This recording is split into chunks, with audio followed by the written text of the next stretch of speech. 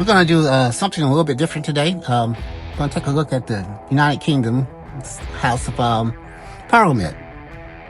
This lady, Kemi, Badenoch, she's a conservative leader, black woman, conservative leader. You're going to see why she's a conservative leader. The first black woman to achieve this. And she's going to take it to the British Prime Minister, Keir Starmer.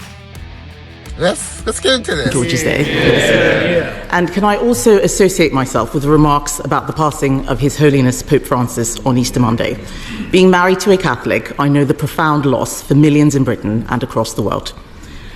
Mr. Speaker, does the Prime Minister now accept that when he said that it was the law that trans women were women, he was wrong? Well, Mr. Speaker, let me be clear. I welcome the Supreme Court ruling on this issue. It brings clarity and it will give confidence to women and, of course, to service providers. The Equality and Human Rights Commission will now issue updated guidance, and it's important that that happens and that all service providers then act accordingly. This government's approach and my approach has been as follows: to support and implement the Supreme Court ruling, and we will; to continue to protect single-sex spaces based on biological sex, and we will; but also to ensure that trans people are treated with respect, and we will; and to ensure that everybody is given dignity in their everyday lives. I do think this is the time now to lower the temperature, to move forward, and to conduct this debate with the care and compassion that it deserves. And I think that should unite the whole House. Mr. Speaker, he can't bring himself to admit that he was wrong. That was the question. But he spoke about respect and dignity and compassion and lowering the temperature. So will he now apologise to the member for Canterbury, the very brave member for Canterbury, for hounding her out of the Labour Party simply for telling the truth? Mr. Speaker, I've always approached this on the basis that we should treat everyone with dignity and respect, whatever their different views, and I'll continue to do so. And I'll tell you, Mr. Speaker, for why. Because when we lose sight of that approach and make this a political football, as happened in the past, then we end up with the spectacle of a decent man, and he was a decent man, the previous Prime Minister, diminishing himself at this dispatch box by making trans jokes whilst the mother of a murdered trans teenager watched from the public gallery just up there. That will never be my approach. My approach will be to support the ruling, to protect single-sex spaces and treat everybody with dignity and respect. And I believe there's a consensus in this House and the country for that approach. Mr. Speaker, there is no apology for the member for Canterbury. There is no taking of responsibility. He talks about political football. He practically kicked her out of his party. Constructive dismissal. Constructive dismissal.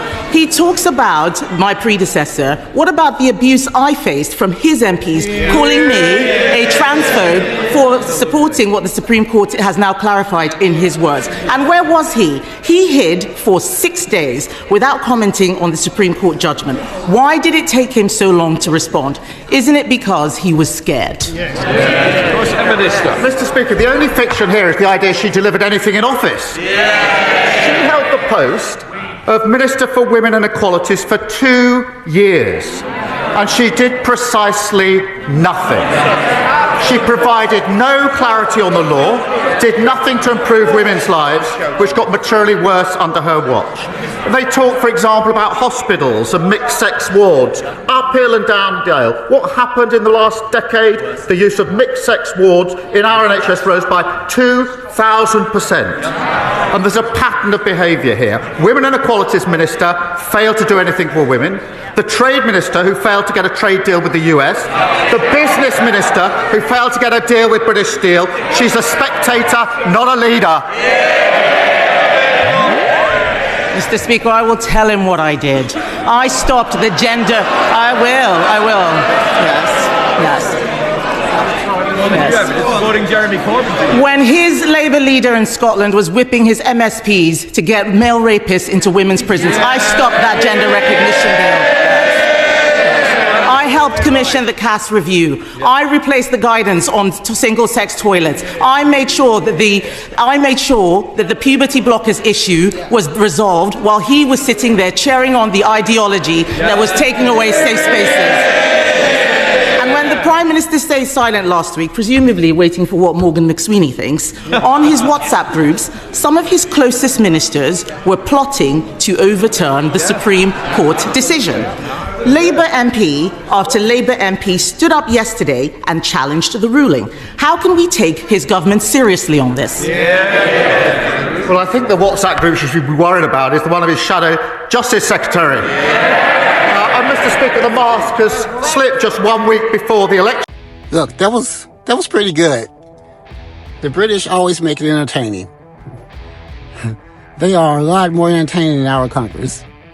And no matter what you think of the issue, whatever side you're on, I like the way they go at it. You know, I really like the way they go at it. It's really interesting. I just wanted to, take a look at that and want you to take a look at that. But that's all I have for you for today. Tell me what you guys think about the issue and what you think about, the way the British Parliament handles things. Thanks for watching.